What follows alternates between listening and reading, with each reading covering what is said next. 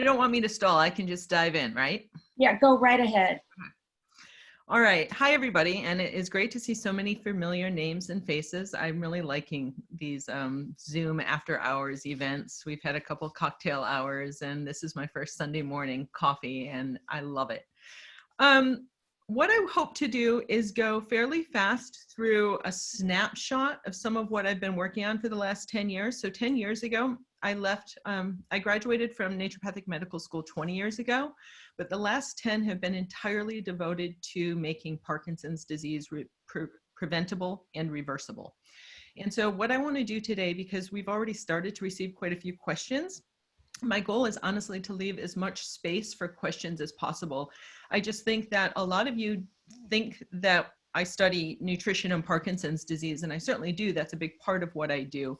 But there's so much more going on here than should I eat beef or broccoli.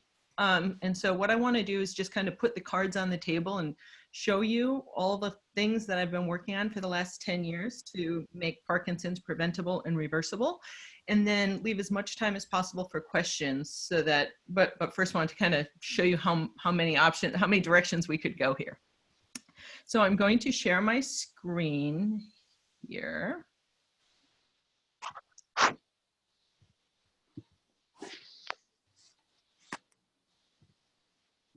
Okay. So I'm working on this website, lauriemischley.com is where I will post all of the new stuff that I'm working on, you know, new research projects, new articles that get published, things like that. But what I want to start by saying is that, especially as a group of women, I think of women, frankly, as more creative and resourceful than men. And I just want to say, if we are going to make some really, really radical changes here, I think this is the group that's going to do it. This is the season globally for reflection, reevaluating our priorities, our goals, and looking at things that are and are not working for us. And we all have to be willing to scrap the infrastructures that are not serving us the way we want to be served. I'm going to start a little depressing and say we are 200 years plus into this disease. It has been over 200 years since Parkinson's was first described. We still do not have a way of, we aren't even diagnosing people until they've had this disease a couple decades. We're getting to it late. We don't have a single disease modifying therapy. You know, the people that the dopaminergic meds that were given work great for some things, but all of the new pharmaceuticals are really just different versions of dopamine replacement. We don't have any fresh new therapeutics coming down the pipeline.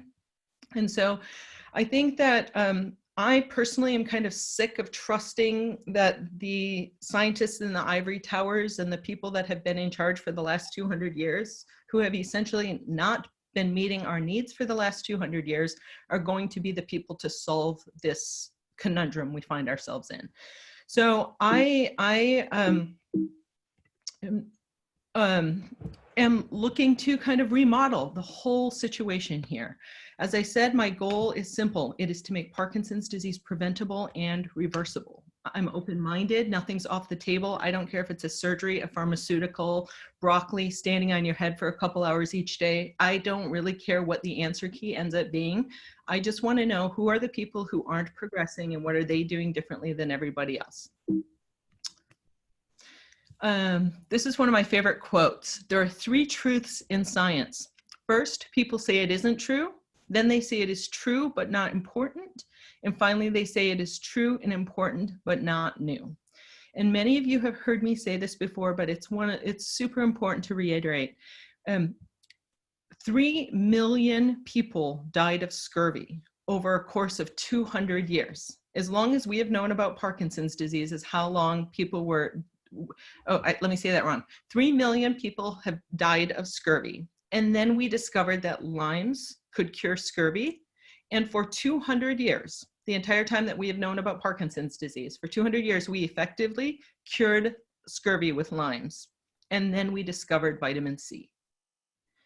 Right now, we are in this system where I could not get a grant funded to study limes for vitamin C until I first brought ascorbic acid molecule to the table.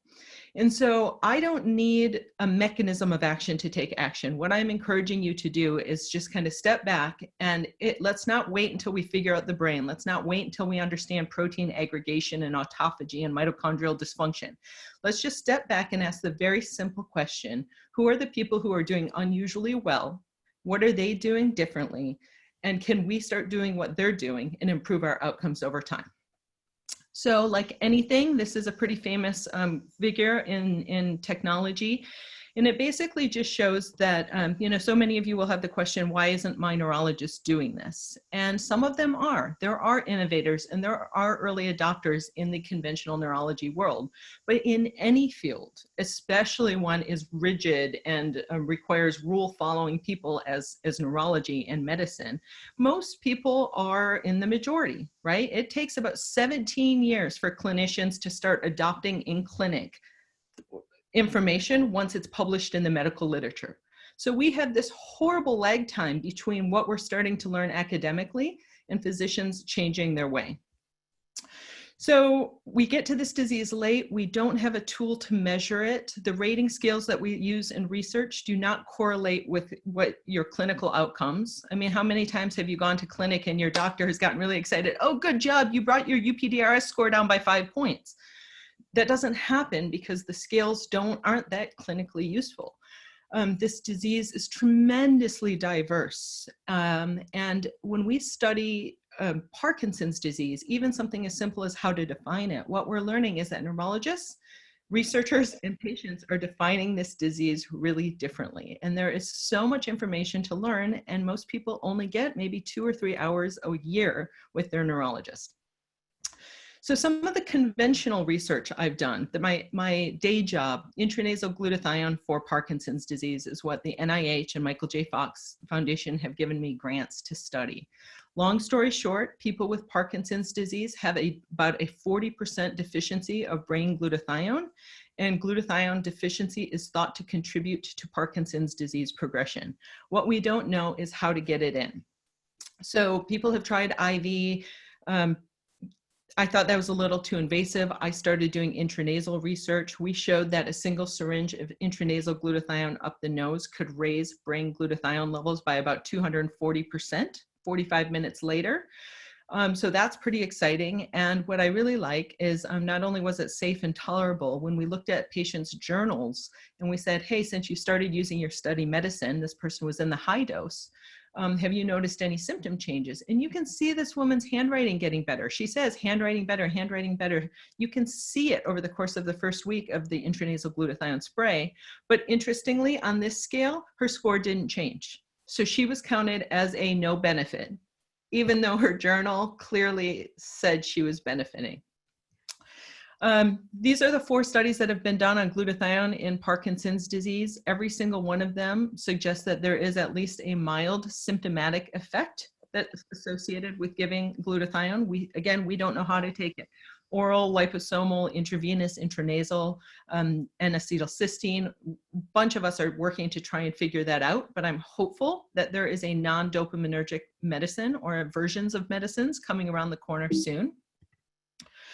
Another thing I'm really passionate about is the metabolic evaluation of Parkinson's disease. I don't think that Parkinson's disease is a neurologic disease. I think it is a metabolic disease with neurological consequences. The loss of dopaminergic neurons is not the first domino. The first domino are free radicals, mitochondrial insufficiency, depleted glutathione, possibly depleted CoQ10, maybe some lithium. We don't know. But by the time you start having death of dopamine neurons and dopamine loss, this disease has been underway for up to years. We don't know at what point the neurons start dying, but we know they are definitely not where this disease begins. It is the result of some metabolic things that came first. So when I see patients in clinic, everything on this Parkinson's disease panel has been associated with faster or slower Parkinson's disease progression. All of these labs are readily available and fairly inexpensive, and everything on this list is modifiable. If you have a result that you don't like, that's abnormal, that's out of range, most of the time it can be fixed. And so as long as we have some data that suggests that there are modifiable biomarkers associated with better or worse outcomes in Parkinson's disease. Why aren't we using them? I'm a big advocate of using the data that we already have.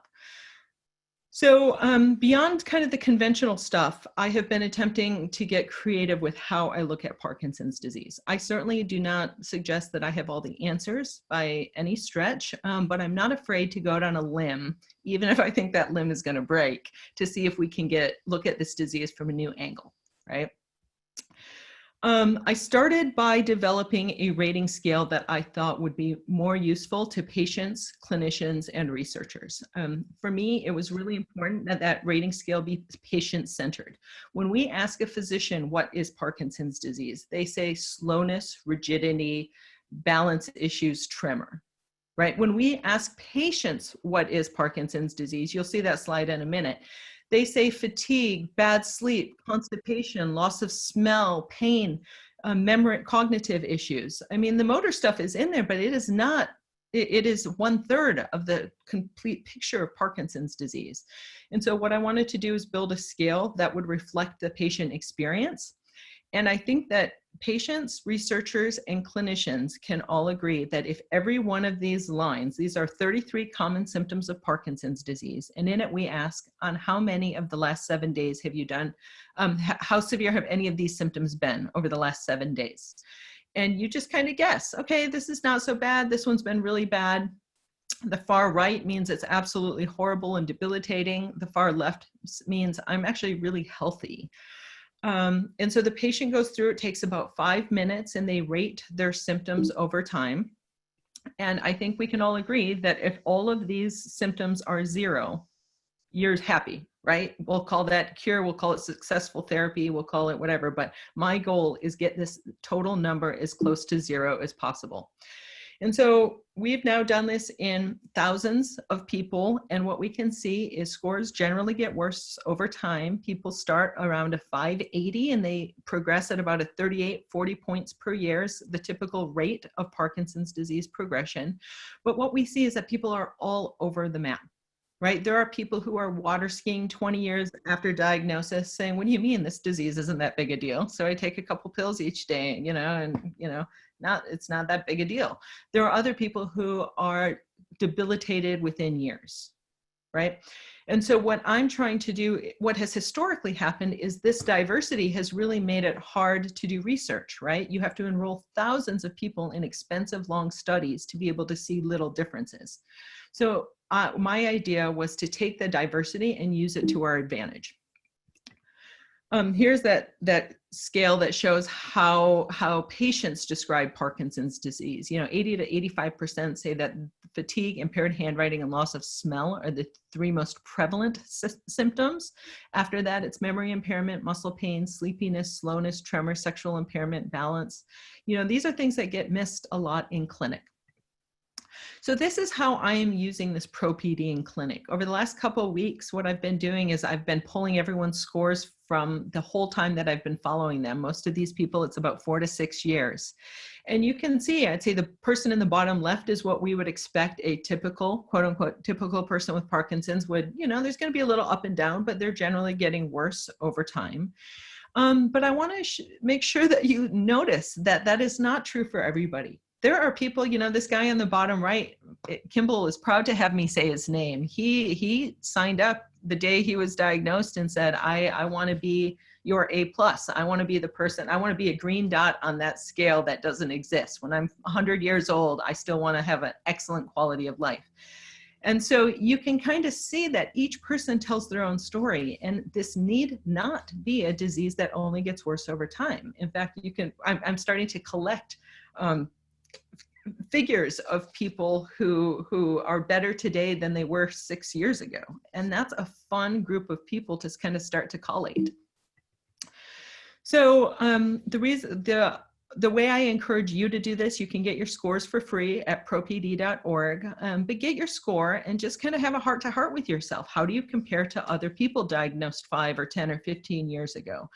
And don't get into a spiral of judgment if you're on the bad end, and don't get complacent if you're on the good end, but just take an inventory, and it's like a report card. See how you're doing, and most importantly, figure out where you want to go. Set some goals, and it makes it a lot easier to individually start tackling one symptom after another. So in the modifiable behaviors zone, this is kind of what the study looks like. We want to know, who are these people who are thriving? Their quality of life is good to excellent 20 years after diagnosis.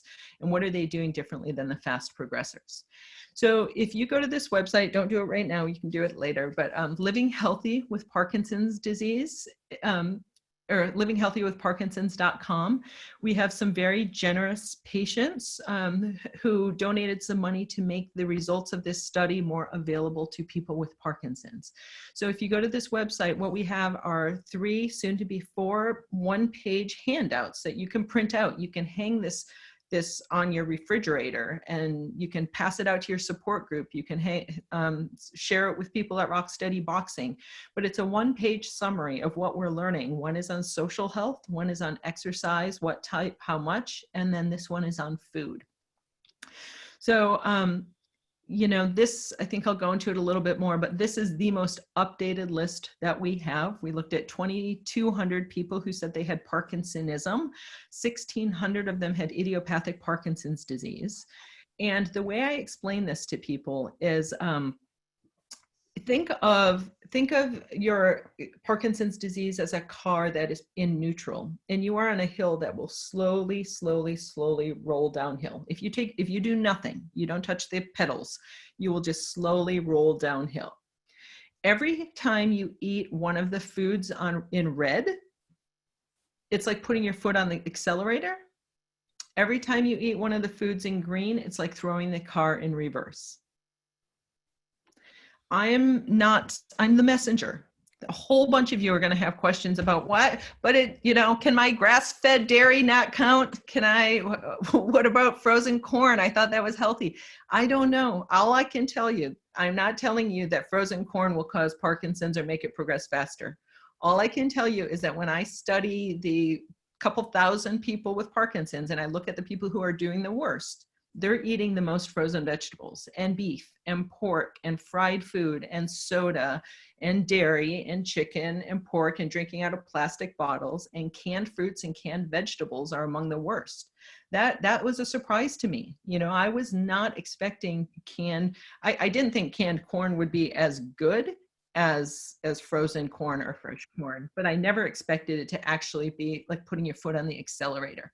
And patients have really good questions. What about canned beans? What about canned tuna? I mean, we're asking now, but we didn't even have the foresight to ask some of those questions. And then when you look at the most protective foods, it really is kind of a Mediterranean diet, a plant-based. There's nothing keto about this. There's nothing, it's a plant-based, vegan plus fish, whatever you want to call it. Eggs seem to be fine. Sort of a plant-based Mediterranean diet. So, here's just kind of another summary list to visually drive it home.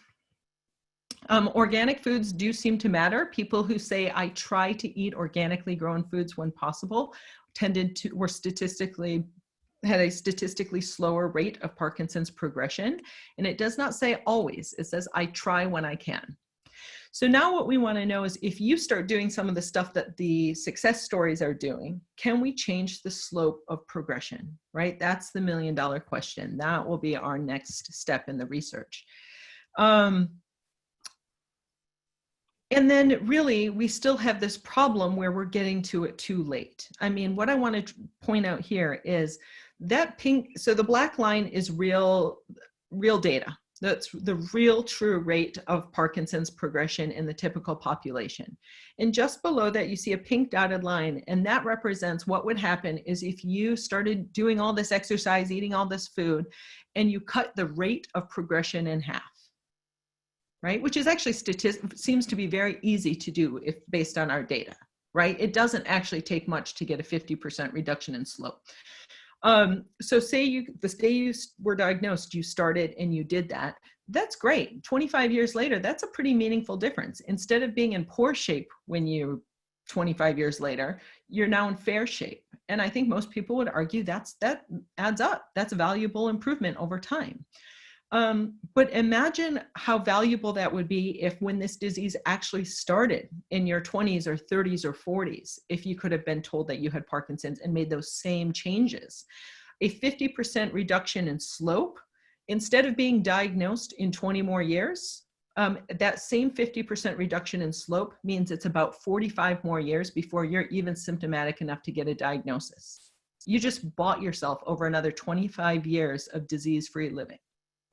So it's a statistical thing, but it makes a lot of sense. And even though I'm talking to people who are already on this map, they're already on the journey and they want to decrease their slope, we cannot solve this riddle until we also start getting to people early. Early diagnosis is going to be absolutely essential to have true meaningful difference. And here's another really profound statistic.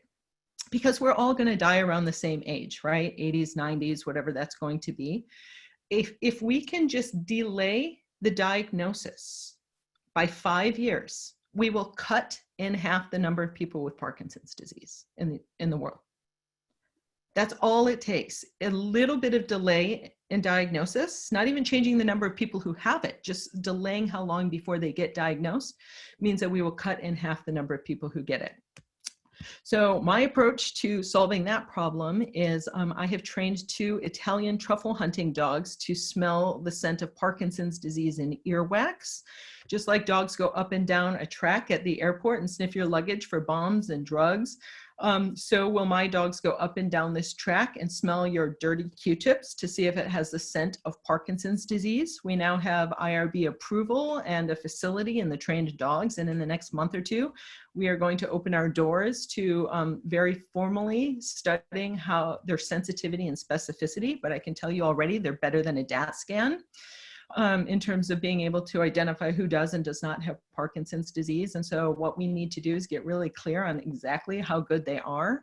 Do they also smell MSA, PSP, Alzheimer's? There are a lot of very related neurodegenerative diseases, and I think the dogs actually say yes to a lot of them as well. So we have to talk about what that means, but that's my attempt at solving that problem. And then the other thing I think we run into is there just is not enough time in the day for clinicians to meet the needs of their patients. You all have so many questions that are not being diagnosed in clinic. And so what I've done is created a couple camps and online programs where you can kick back in your living room, or you can just, use your vacation week to come and have an intensive. And we give you as much information as possible. At Parkinson's Summer School, we're not doing it this year because of COVID, but we've done four of them so far. But we have, 60 people from around the world fly in, and we spend a week together. And patients from Chile get to sit down and have lunch with their movement disorder doc. And we go to the brewery and drink beers together at night. And we take yoga together and Tai Chi in the morning. And we spend a week together just kind of sharing everything we know. This year, especially with all that's going on, we've kind of moved that online, and I'm doing this online series. Parkinson's School is my attempt at letting you let TV be the delivery system for knowledge and information. You can kind of learn as much as you can. And then earlier this week, I gave a really interesting talk. I was asked to give a very interesting talk on I don't know if it was interesting, the topic was interesting, but it was on patients with Parkinson's and their particular susceptibilities to COVID. And is there anything that people with Parkinson's might want to know or keep tabs on during this time? And I'm not going to get into all of the biochemistry of this, other than we'll start on the right side here. And I'll just say that some of these things that people with Parkinson's have trouble with, stress and sleep, and people with Parkinson's are much more likely to have malnutrition and malabsorption. Exercise is more difficult. They're more likely to be inflamed and have higher blood sugar.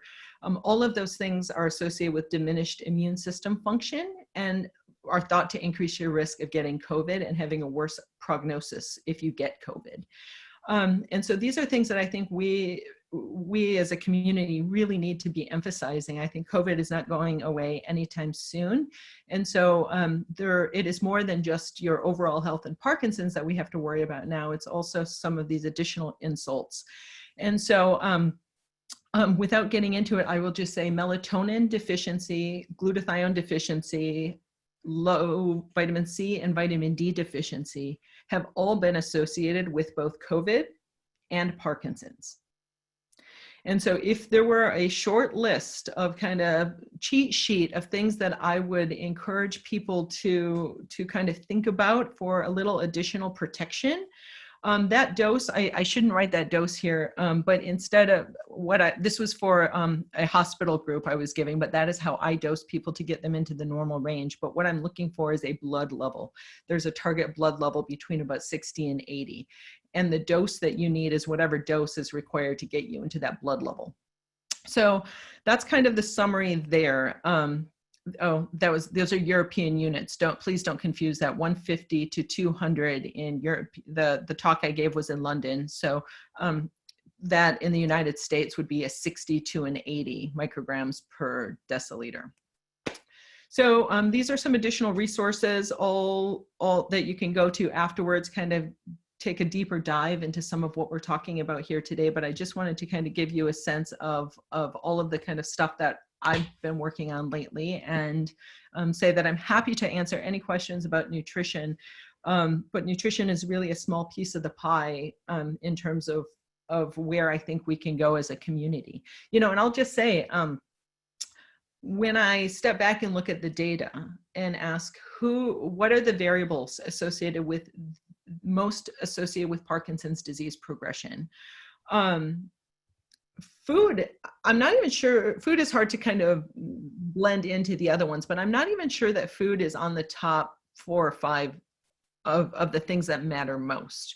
When we study what are the determinants of how fast your disease is going to progress or not, in order, the single biggest determinant is our finances. The more money somebody makes, the slower their disease progresses, the higher their quality of life. Social health is number 2. People who have a lot of friends and are not lonely are the second biggest predictor of Parkinson's progression. A good night's sleep and daily exercise are the 4 biggest things you can do. And, I know we can all change your exercise patterns. You had a great talk about that last week. I'm going to get on your case about diet. Sleep, there's a lot we can do to improve that. Social health, you're all here right now, but we can even do more. I think it's, just hearing it is the single biggest predictor of rate of progression. There is no reason why you can't pick up the phone for an extra 15 minutes each day and call someone you haven't talked to in a while. I mean, we can all kind of make some extra effort there. And financially, that's a really, really touchy subject. It's a hard subject, but I do need to say that income inequality is becoming more and more of a problem.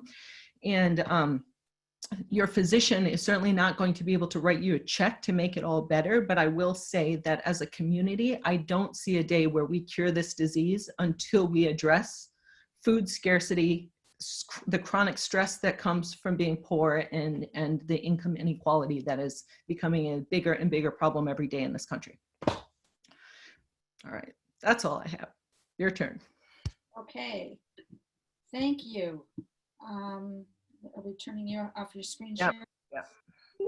Okay, we do have some questions, and what I'm going to do is, let's see, if I unmute everybody, we're going to have all kinds of craziness. See if you can unmute yourself if you have a question. If not, raise your hand, wave at me, do something, so I can find you. And I'll go. Got everybody on 2 screens here. So, any questions? No questions. PD scale. The PD scale that you talked about, is that available? I didn't get that. Yep. At the website is propd.org, propd.org. And you can take it as often as you want. It takes about 5 minutes. It doesn't cost a thing. My advice, I am working very hard to have an app built that you can use that will track your scores over time. But right now, the one that you have available, it's kind of hard to do that. So your options are to write your scores down and track them, or before you press submit, print it out. It's hard to retrieve your scores later. Thank you, good idea. Okay, Cecile, you're going to have to unmute yourself. I can't unmute you. Laurie, could I ask a question, please, about CoQ10? All right, you are in favor of CoQ10, correct? My data, so there have been about 6 studies on CoQ10 and Parkinson's disease. Mhm. The first 5 looked very, very promising, and the number 6 failed. And then my data in a real life population of people with Parkinson's disease says that there are 4 medicines people are taking that seem to be associated with the best outcomes over time, like statistically associated with slower progression. Glutathione, Azilect, Rasagiline, the pharmaceutical, CoQ10, and fish oil. So Oh, if I were to generically meet you in an elevator and say, hey, I want to try and study slow Parkinson's progression.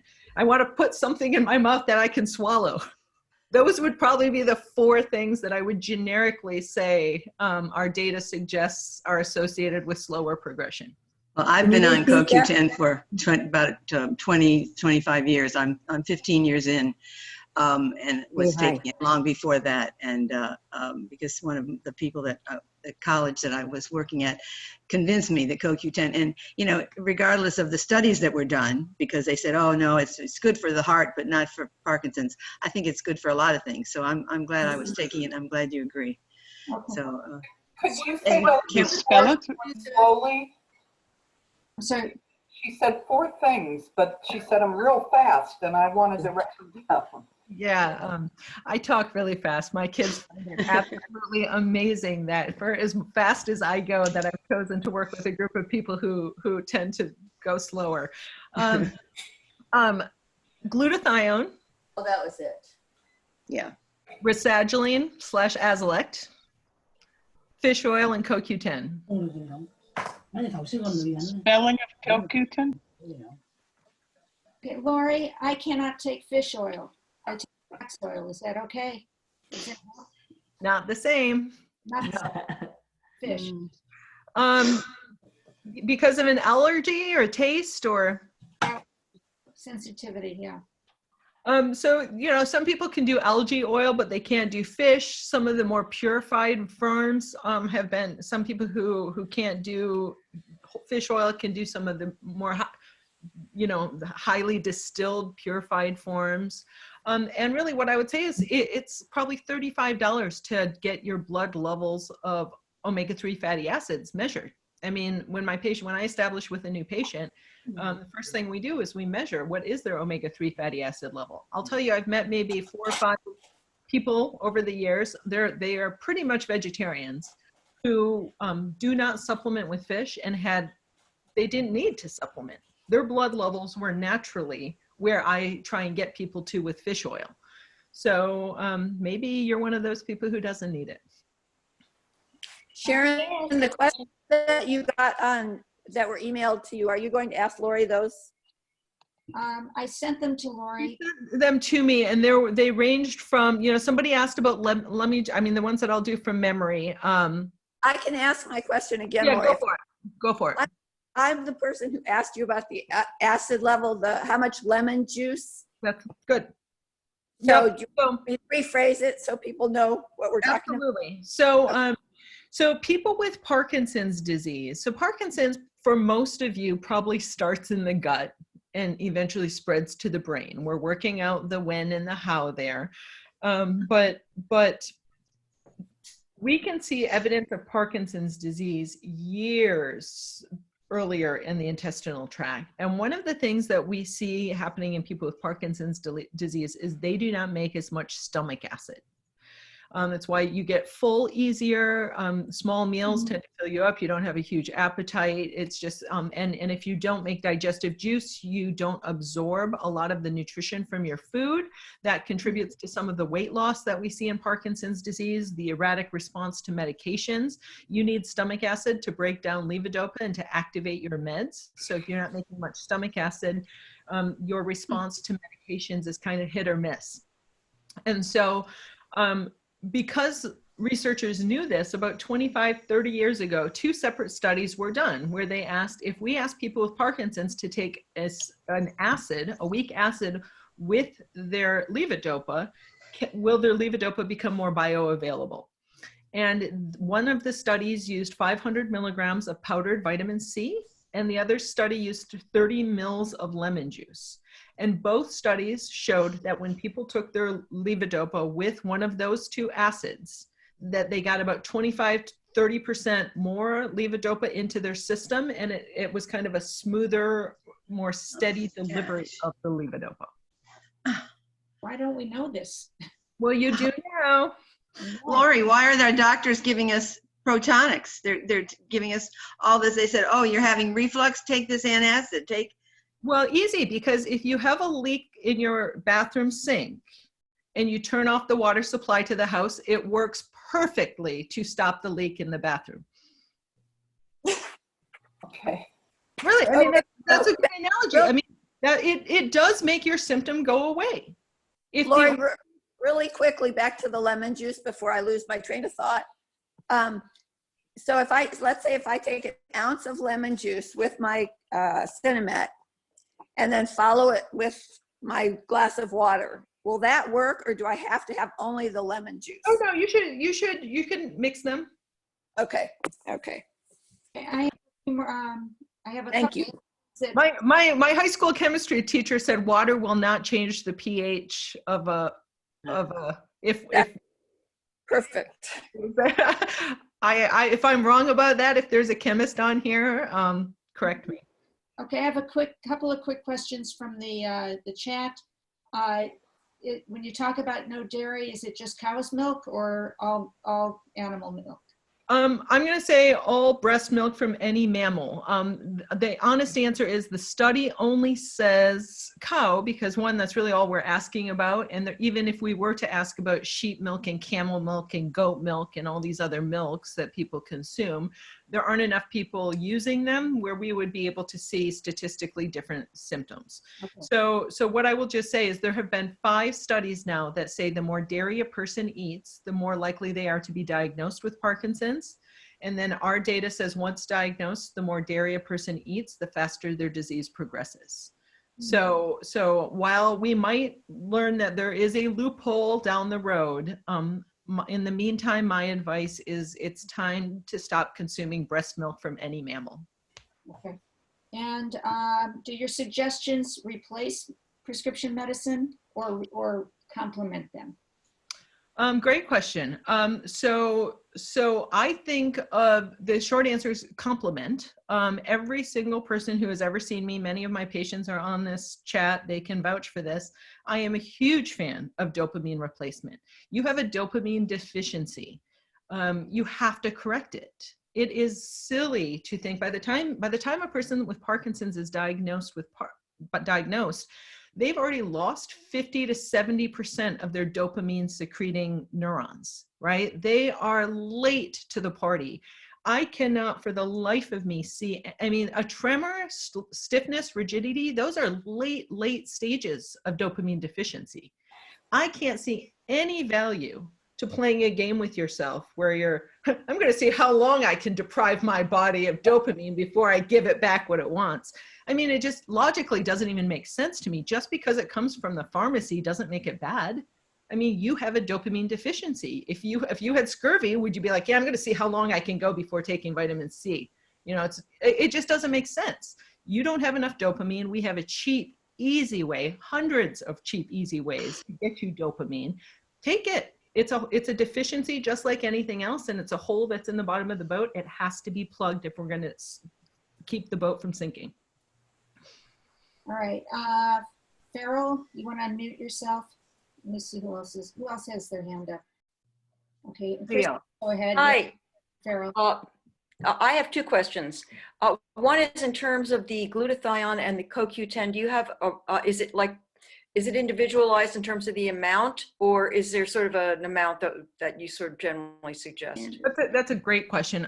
My best, I do have kind of a generic, so because we've not studied it, right? And I try and do this balance between breaking the CoQ10 is expensive, right? And so the studies kind of suggest anywhere up to 1,200 milligrams a day might be helpful. That's about $200 a month at cost, up to $300 or $400 a month if with the markups.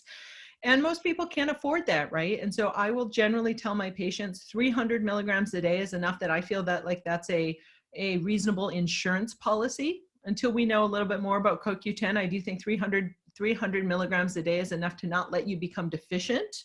It might not be high enough to fix, but 300 milligrams a day of CoQ10. And then for glutathione, that's much more complicated. And I will often say to patients in the office, do you want the Honda, the Cadillac, or the Ferrari, right? And the cheap oral glutathione capsules, if you do something like that, I'll say something more like 500 milligrams twice a day. If you upgrade to the Cadillac and you do liposomal glutathione, I think that's a really good product. If you do liposomal glutathione, I'm more likely to say 500 milligrams first thing in the morning. And then the Ferrari, I think of as the intranasal spray that ends up costing about $350 a month. It's inconvenient, expensive, but it is the only form that we know for sure gets into the brain.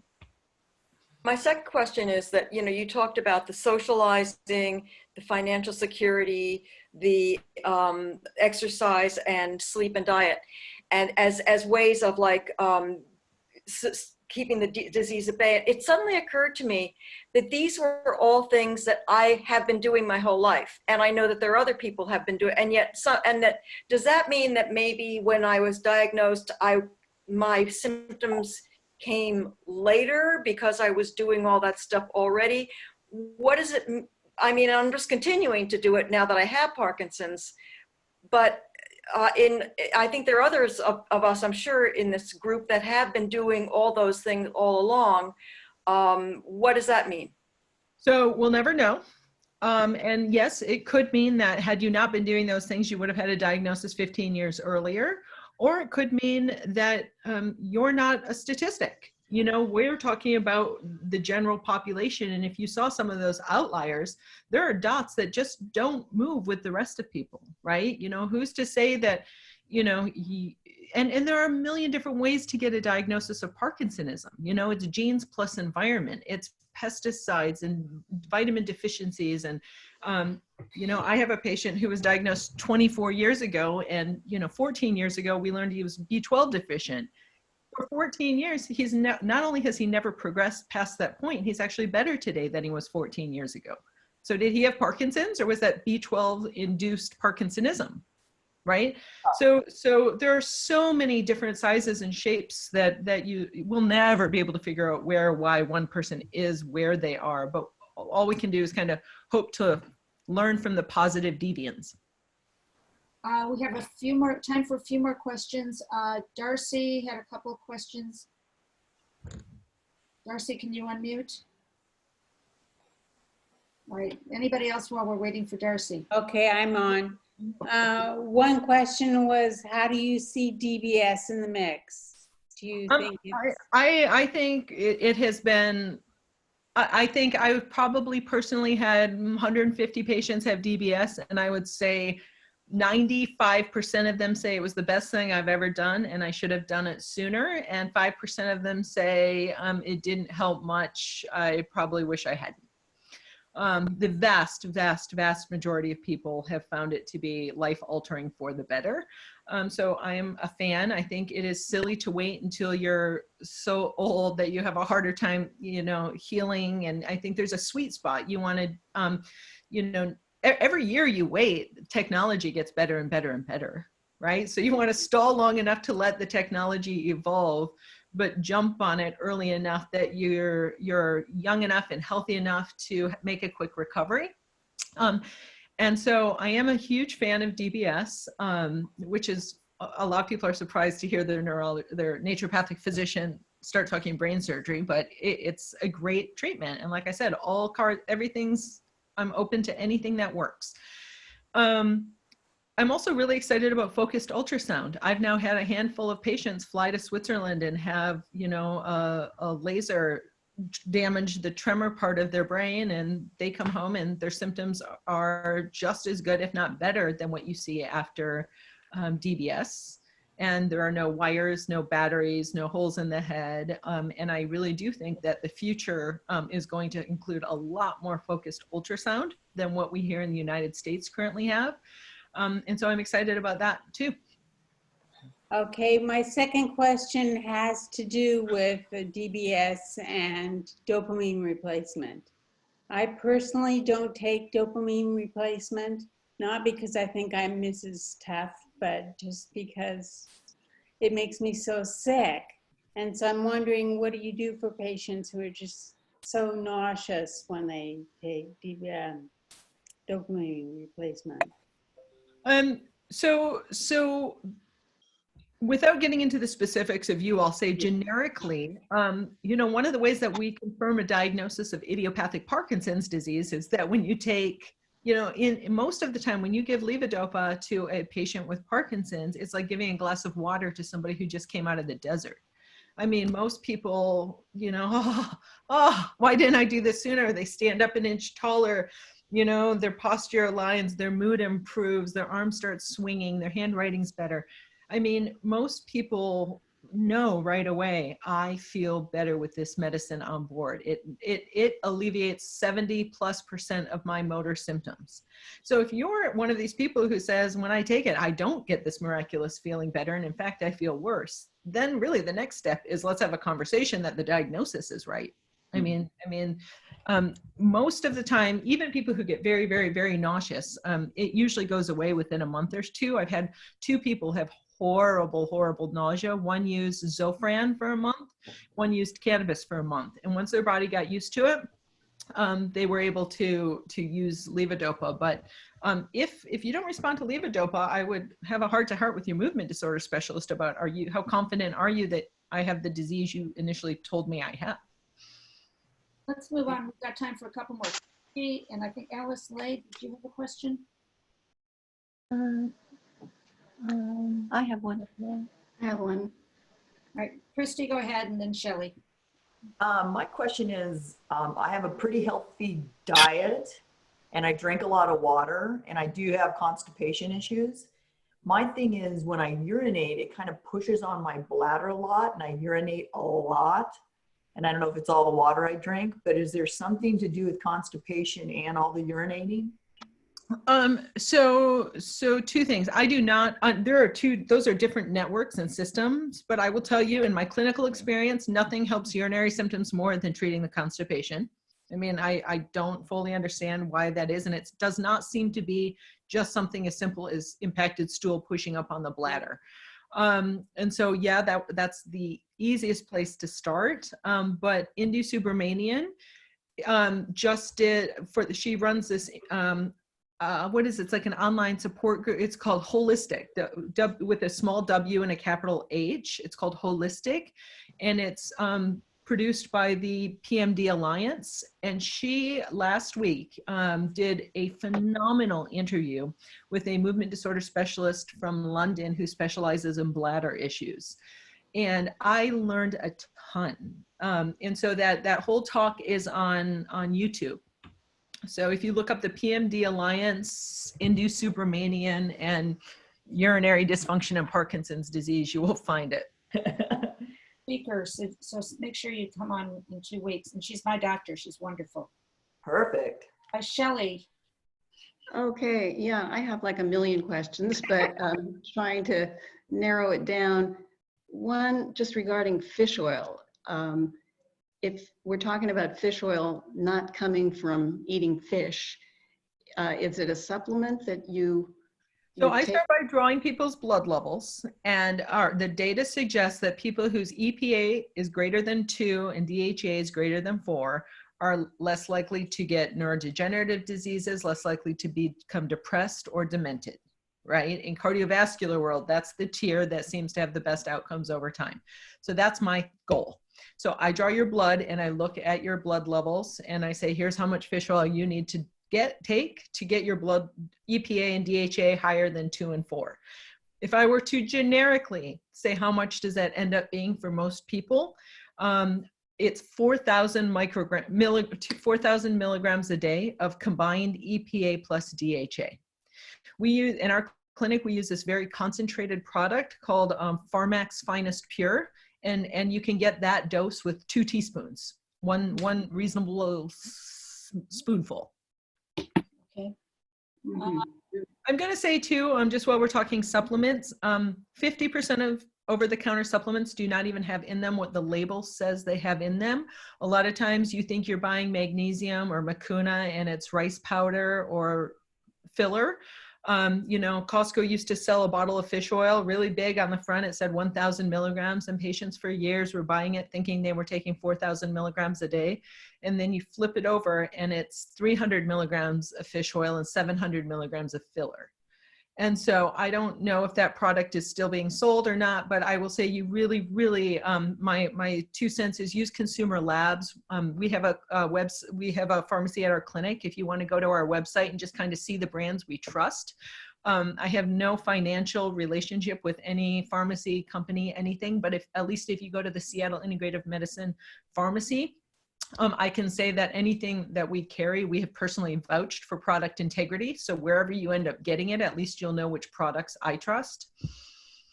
I'm sorry, did you say milligrams or milliliters? Milligrams. So mg, EPA plus DHA has to equal 4,000. Okay. Can you repeat the place? Oh, Seattle Integrative Medicine. With a V, integrative. Okay, I have one last question. Oh, Lisa, I was going to ask your question. Go ahead and unmute. Hi. I wanted to ask a question about for people that are hesitant about starting medications, they're newly diagnosed and would like to, you know, follow a more alternative route. At what point do you counsel them about maybe starting meds, or how do you approach that subject? So in my if in the online series, I have this online course I'm doing this year, and the second course in the series is called Making Your Medicines Last Longer and Work Better. And I go into excruciating detail about when to start meds. And the short answer is, I'm very I'm trying to find a better word than manipulative. I'm really good at talking people into at least putting a toe in the water. These medicines don't last that long. They're in and out of your system in 4 to 6 hours, right? And so what I do is I use that to my advantage, and I say, listen, like, no permanent damage will be done here. And what I want to do is, you don't know what you don't know. You don't know what you're missing out on. And diagnostically, we're not even sure that you have Parkinson's until you tell me that dopamine makes you feel better. And so give me 30 days. Let's do 30 days at what we call a legitimate full dose of levodopa. And if at the end of the 30 days you say, I want to go back to the other way, then we'll take you off and you go about your business and we'll reevaluate in a year. Or at the end of 30 days, you say, oh my gosh, I feel so much better, then we'll stay the course. And the vast majority of people, after tasting dopamine, come in kind of feeling sheepish and silly, saying, I am so embarrassed. I waited so long. What was I thinking? I feel like my old self again. You know, why didn't somebody tie me down and shove this down my throat 3 years ago? And so the short answer is, go watch that course number 2 video. And then I am going to. There was another woman who came on a couple times. She's been raising her hand. Hold on. She's wearing a red shirt. Maris. Hi. Oh, Steph? No. Maris. I just wanted her to repeat the PMD Alliance lecture about constipation. Oh, let me see if I can find it. What's the name of it? I'm looking right It's on here. It's in the chat from Lisa. Oh, okay. Okay. Oh, thank you. Oh, that's good. It would have taken me much longer to find that. Okay. Laurie. Sharon, I think you're looking for Alice, or Mischley, I think you're looking for Alice Lee. Yeah. Maybe not. It was a guy. It was a male. Sharon, is this going to be archived? Is this going to be able to be watched by? Yeah, this is going to be watched. Let me put this up. This is going to be on the website. I will give everybody the recording. I will post it on my website. And I don't know what happened with Facebook. I'll try and fix it for next time. I will get an email out to you by tomorrow at the latest with all of the information, the contact information for Laurie, and all of the wonderful, all the information she gave us that you need. Oh, great. This has been remarkable. Yes. Really, really fast. Remarkable. Yeah. I'm happy to hear that. Thank you. Fantastic. Presenting you with our tiara, which we give to every speaker, our virtual tiara. I love it. So next, in 2 weeks, we have Thank you so much. Canadian. Thank you.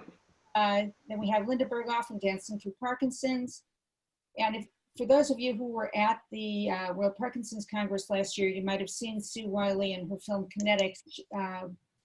It's being made available for free, and you can watch it. And then Sue is going to come on from England and discuss her film. And she has Parkinson's. We'll be talking about why she wrote this and how it came about. And then August 9th, we have Claire McLean, who is featured on Laurie's PD school. And she will be doing power moves. So we'll be getting up and exercising 2 of the 4 weeks. And after that, I have no idea what's going to be after that. Everybody keeps, all of these are because people are sending me suggestions. I want to thank you for all of your. Yeah, it's wonderful. Great session today. Great session. Thank you. What can I say? Laurie, can we contact you and see you personally? Yeah, the lauriemischley.com website kind of is a snapshot of what I'm doing, and clinic stuff should all go to Seattle Integrative Medicine. I didn't hear that. Seattle Integrative Medicine. Oh, yes. Okay, thank you. And you guys, you'll learn a lot if you take her summer school online. Yeah, it's great. Really amazing. So it's something to look into.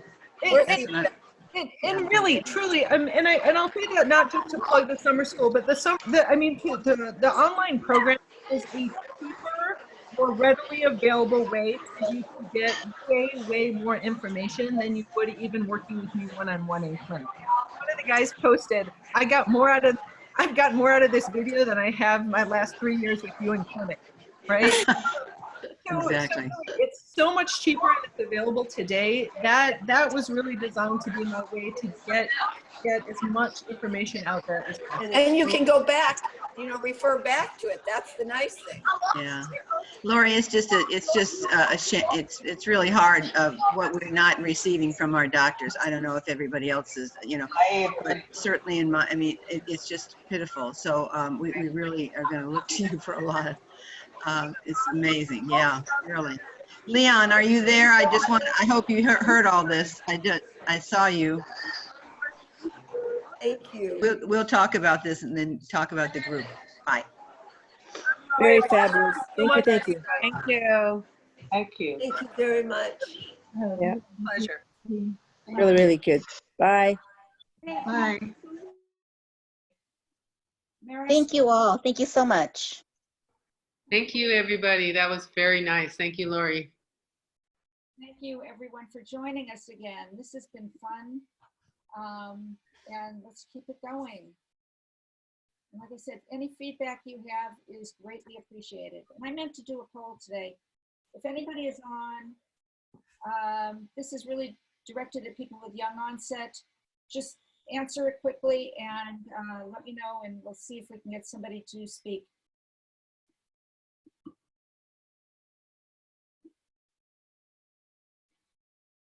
Okay, Alice, you have a question? You need to unmute. Oh, I am unmute. Go ahead, Alice. I'm unmute already. Yes. I don't know about PSP. I can't hear you. I need to know something about PSP. It's good. Can you write it in the chat because I'm not understanding? Yeah, in the chat, in the chat, in the chat. Laurie, okay, Laurie, you need to unmute yourself. Okay. So Alice, I think you're asking if some of this stuff also applies to PSP and how that would be treated differently. PSP, yeah. Yeah, so that's one of the fun parts about taking the metabolic approach is a lot of this stuff is common across all of it. My dogs say it's the exact same disease, right? The symptoms you get are very different, but the degenerative process is the same. So for instance, in PSP, MSA, idiopathic Parkinson's, all of you have about a 40% deficiency of brain glutathione. Mm-hmm.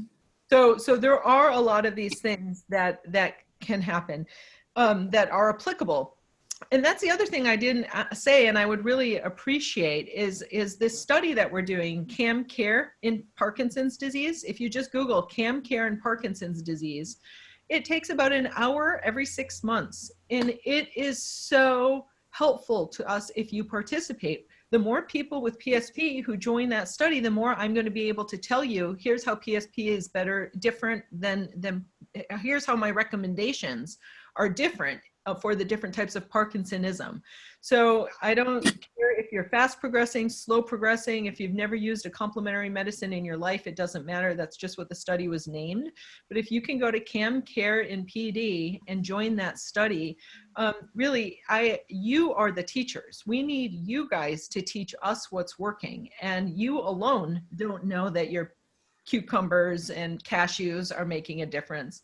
But we, on our end, can pool all your data together and say, wow, people eating the cucumbers and cashews seem to be doing a lot better than average. So there's power in numbers. By all of you pitching in and answering a series of questions here, we all learn a lot more. Can you repeat the website? Yeah, Sharon, maybe when you send the email out, you can send a link to that website. I'll send it to you.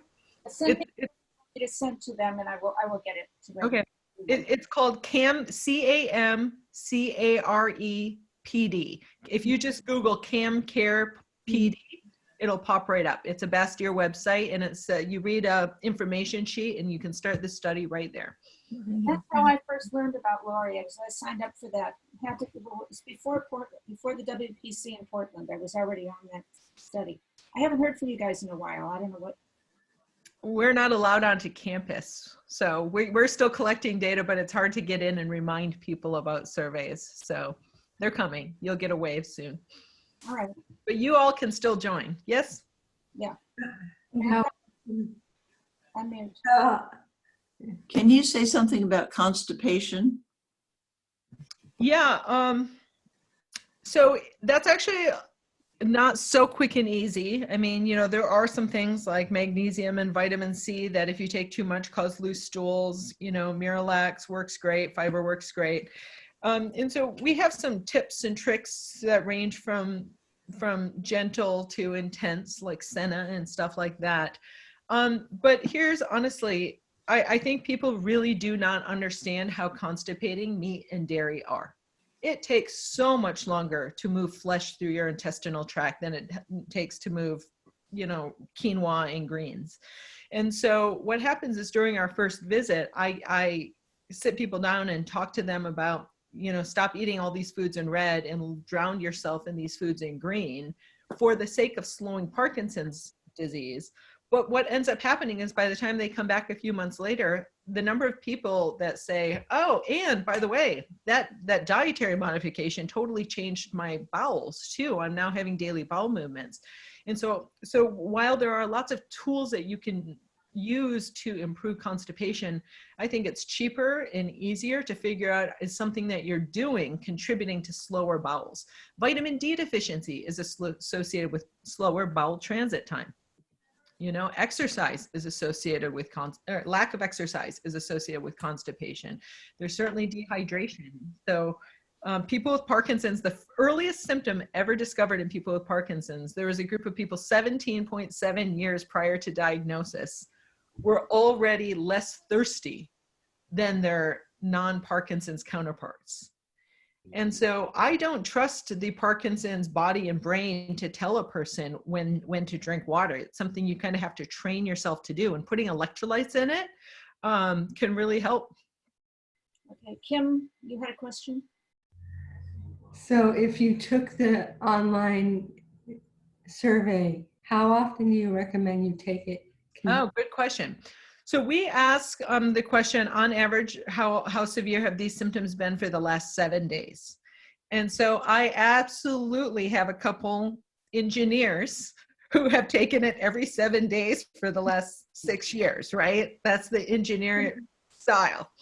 Probably my normal overachievers are probably have do it about once a month, kind of to check in. And then what I do is, before I see a patient in clinic, at the very least, I corner them in the waiting room, or before their telemedicine visit, we'll send them a link and say, fill it out before your visit. And so that is how I have ensured that no matter what, about 3 times a year, 4 times a year, depending on how often I see a patient, I at least have that report card.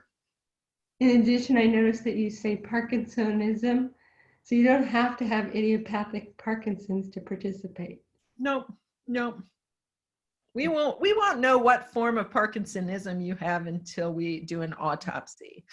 The diagnosis game is very complex. I've been not to the dogs. The dogs think it's really easy. I would love to be a subject for your dogs. That website is park9.com, PARK-9. So you can participate even if you don't live in Seattle? Oh yeah. You just mail me a dirty Q-tip. Oh, gee. I'm in. That's funny. Lisa, I have a question. What part of the blood pressure issue does Parkinson's occur? Is there a correlation between blood pressure and Parkinson? Huge. And so very early in the disease, you have something called dysautonomia. The autonomic nervous system gets a little wonky. And so your ability to regulate temperature and blood pressure, normally what should happen is you stand up from a sitting or lying position and your blood vessels all squeeze together. And that's how you don't have all the blood drop to your feet. You gals learn early in the disease that starts to kind of short circuit a little bit, so that when you stand up, it's easy to get dizzy. Salt. Another thing that I will do, I do hair tests on all my patients, and it's really easy to see mineral deficiencies. I do the hair test because I study lithium deficiency, and the only place to measure lithium is in the inch of hair closest to the scalp. But when people's results come back, I can also see, no wonder you're so dizzy. Look at how depleted you are in sodium, potassium, magnesium. And so I can kind of, the hair test will almost tell me how best to help somebody who gets dizzy when they stand up. But that happens to most people with Parkinson's over time. Lisa's gonna have the last question, but I would respond about the salt. Indu told me the same thing, to take salt, and I just keep a bunch of this little mini pretzels. I have them on my nightstand at night, and because I would get up in the morning and stand up and feel like I had to fall over, and it does help. But I just nibble on those all day. Good to know. Okay, Lisa, you're the last. Yeah. So given that you are doing the Park9 and sending in the dirty Q-tips, and so generations to follow will be able to have this earlier diagnosis or potential diagnosis and intervention, are you at a point now where you can make some suggestions for those people that did test positive with their dirty Q-tips? Yeah, that's so great question. That's where this is all heading. I mean, I see the next generation of Parkinson's. My fantasy is, just like you go in and get a mammogram and a colonoscopy, you turn 40 years old and you send in a dirty Q-tip, and the dogs say, hey, you already have the scent of Parkinsonism. You can go start doing rock steady boxing and power moves, and learn the importance of exercise. We don't just say eat healthy and send you home, but we really talk to you about a Parkinson's specific diet. And we stress the importance of avoiding those foods in red and the ones in green. The social connection part, we do all of these things, and then if we can start to intervene, and like I said, you saw just a 50% reduction in slope, which is fairly easy to accomplish, buys you another 25 years of disease-free living. I mean, that's exactly where I honestly, truly think we already have the tools to do it. We're just not using them. What about supplementation? Would you start them on some of your favorite supplements? Yep. And in fact, I do just want to say we have 3 people, two kids. 2 of my patients have children who lost their sense of smell, lost their arm swing, sent my dog smelled their dirty Q-tips, said yes. They've already started tracking their Pro-PD. They've started some of those supplements. They've changed their diet. And we're monitoring them over time. And I have another patient who is a very, very smart overachiever, and he recognized REM sleep behavior disorder, and a physical therapist noticed he wasn't swinging his arms. The neurologist said, "You're fine, nothing to worry about, go home." And he contacted me, and the dogs have said yes. And we now have these 3 people who have it in their head that they are going to be the first people in history to prevent Parkinson's. Great. Great, yay, that's great. All right, there are a couple more questions, and I think you covered some of this. Somebody asked how old these 2 kids are. 28 and 32. Okay, and then the supplement companies you covered before. So somebody said, what are the recommended supplement companies? Just if you can send me that as well. Yeah, I'll send you a link to our pharmacy. I'm not doing that to try and get you to buy products. I'm not selling anything. I will send you the link to our pharmacy so you can get an idea of which brands and companies I trust. Okay, one last, it should be yes or no. Does hair dye affect the result of hair tests? Yeah, but we can tell where it's coming from. If you have something in I can tell what's hair dye and what is a nutritional deficiency. Okay. Nobody's dyeing their hair with mercury and uranium. If it's high, it's probably not coming from your hair dye. Well, thank you, Laurie. This was terrific. Yeah. Fabulous. Thank you. Thank you so much. And your daughter got off to camp okay? And Thank you. enjoy 4 days. Thanks. Yeah. All right. Really nice. Thanks everyone for the invitation. Thank you. Thank you. You're looking great. Thanks. You too, Lisa. See you. Okay. Bye. Bye, everybody. Bye. Bye-bye.